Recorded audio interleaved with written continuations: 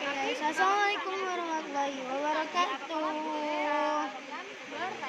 Alhamdulillah alamin wa bihi nasta'in wa ala umuri dunya waddin. Wassalatu wassalamu ala asyrofil anbiya'i wal mursalin sayyidina wa maulana Muhammadin wa ala alihi washabihi ajma'in, amma ba'du. Ya, kepada yang terhormat Abi Hanif selaku Direktur Pesantren Supercamp Melaroi Bahanifida, kepada yang terhormat Umi Ida selaku Pengasuh Pesantren Supercamp Melaroi Bahanifida, kepada yang terhormat Bapak pengurus beserta jajarannya, dan tidak lupa ketua kelompok kami ada Mbak Fitri. Ya oke, jadi pada malam hari ini yang bertepatan pada tanggal 14 bulan Februari tahun 2021, saya Ibat Nurjinani akan mempresentasikan bab ke-17 yang menjelaskan tentang kaidah ke-7 dari kitab Al-Qawaid Asy-Syarifiyah. Nah, ini tuh menjelaskan tentang pergantian wawu menjadi ya. Nah, gimana sih maksudnya? Nah, oke guys, jadi pertama-tama pengertiannya itu ada. Ketika wawu dan ya itu berkumpul dan huruf pertamanya itu mati, maka hurufnya itu wajib diganti dengan ya. Lah, di situ contohnya itu kayak misalnya ada Saidan jadi Siwia menjadi si. Nah, bener-bener Siwia menjadi Sia kayak gitu. Ya gitulah guys, pokoknya yang pertama itu mati, habis itu yang kedua itu hidup, maka yang matinya itu tadi dihilangin. Lah di situ yang kedua itu ada syarat-syaratnya. Lah apa sih syarat-syaratnya ketika kita itu harus merubah huruf tadi? Nah, syarat-syaratnya di sini tuh disebutkan ada 4. Yang pertama itu harus itisol. Lah, itisol itu apa sih? Itisol itu harus bertemu langsung. Jadi nggak boleh ada pemisah. Jadi harus dalam satu kata, dan itu wawu dan ya-nya itu harus bertemu secara langsung. Setelah itu yang kedua itu ada di dalam satu kalimat. Jadi nggak boleh pisah, harus dalam satu kalimat. Misalnya nggak boleh di dalam dua kata, dalam dua kalimat. Wawu sama ya-nya itu harus dalam satu kalimat, nggak boleh dalam dua kalimat. Setelah itu yang ketiga itu ada huruf yang dahulu mati. Jadi hurufnya itu yang pertama yang mati, yang keduanya itu hidup. Jadi nggak boleh hidup dua-duanya, nggak boleh mati dua-duanya, nggak boleh matinya itu yang kedua, lah itu nggak boleh. Jadi hurufnya itu yang mati itu harus di depan, dan yang hidup itu baru di belakangnya.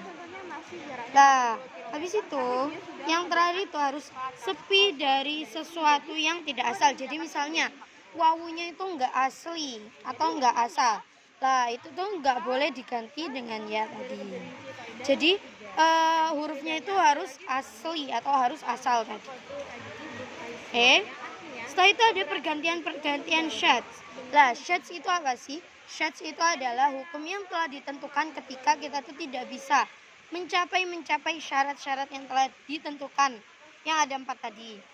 Lah, pergantiannya itu yang pertama itu lafadznya itu diilalkan, lalu menjadi huruf ilah.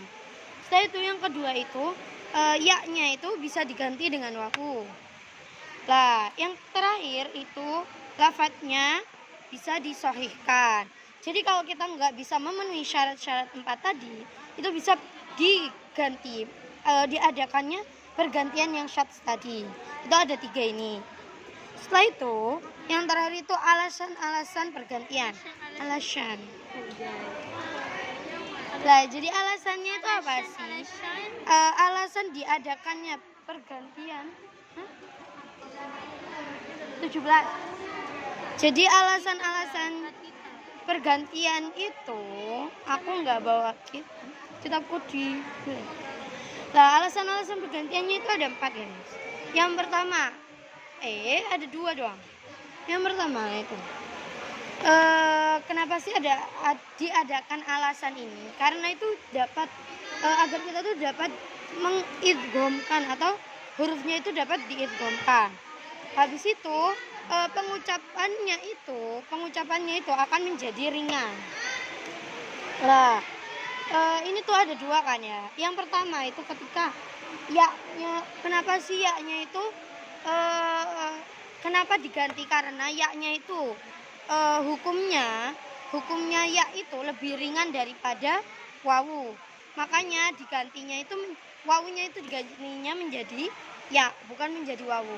Karena hukumnya itu huruf ya itu lebih ringan daripada huruf wawu.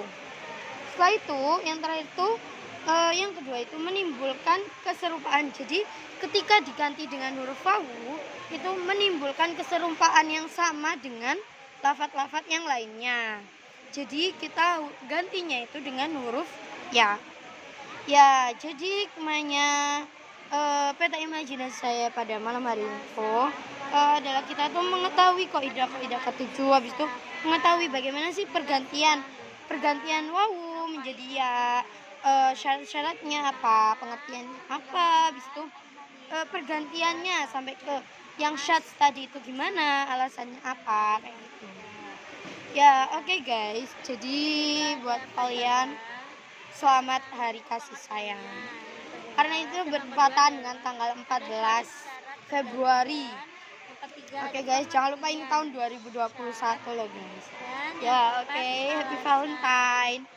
Oke guys, jadi mungkin cukup sekian dulu. Jangan lupa tonton video-video selanjutnya di YouTube aku. Ya, oke.